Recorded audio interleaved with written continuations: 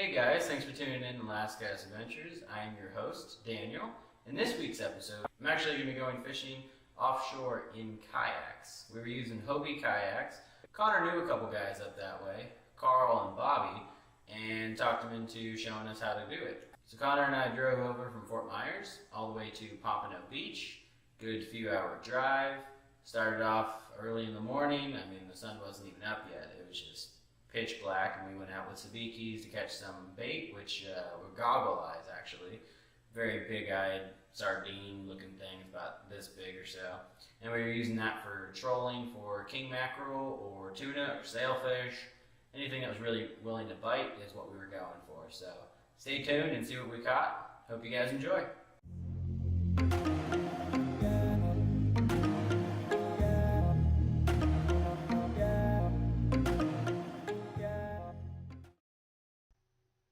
Now this is just kind of what our setups look like. We went out in Hobie kayaks, which were the ones with the pedals, so it makes life a lot easier when you're going offshore.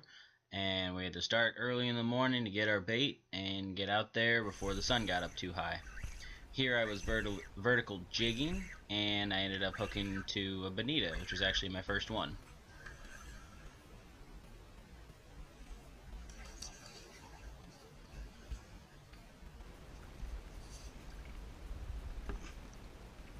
Hello.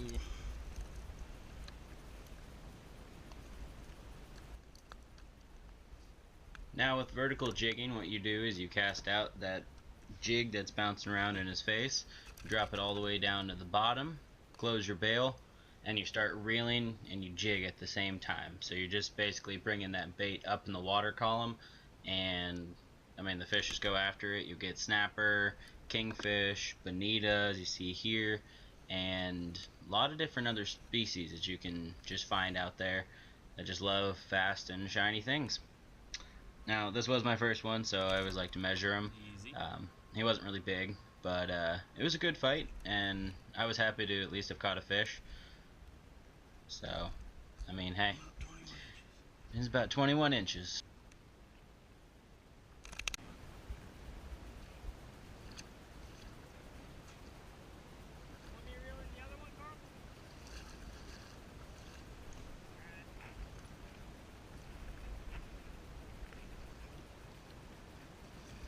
So when it looks like it's raining on the screen, is that just a buttload of fish? Okay, cool. Because it's raining fish.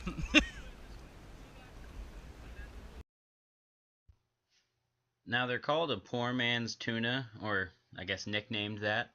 They're not really good eating, but they fight like tuna and shaped like them. They're just kind of a smaller cousin of them. Anyway, the only good part you might find is along the back strap, but I've tried it, and even that, it's not really the best. Oh, snap.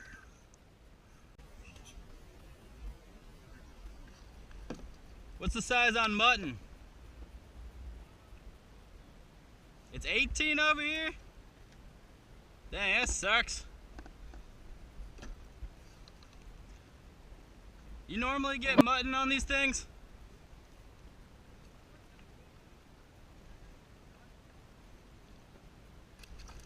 That's my second one today. He is so close. Ooh.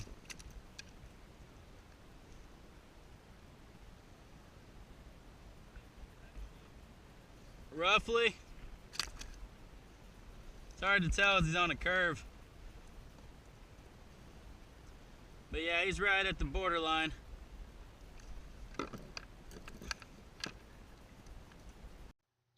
Just a rule of thumb, if a fish is borderline to keeping, it is probably best to just not keep it.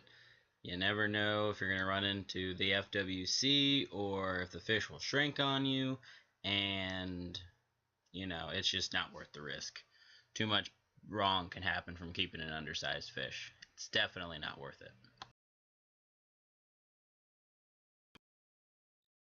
It might have not been keeper, but I was still happy to catch it.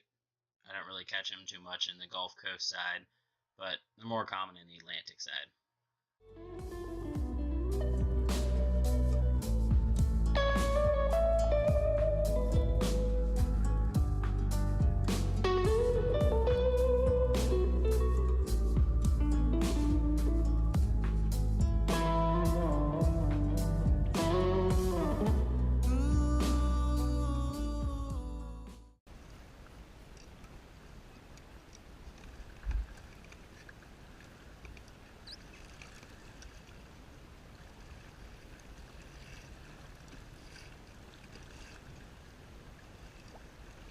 Ooh, he's got something on him. Ooh.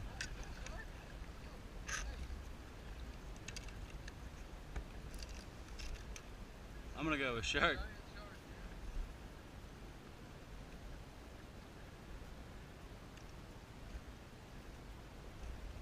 Oh, dang. It might be a cuda.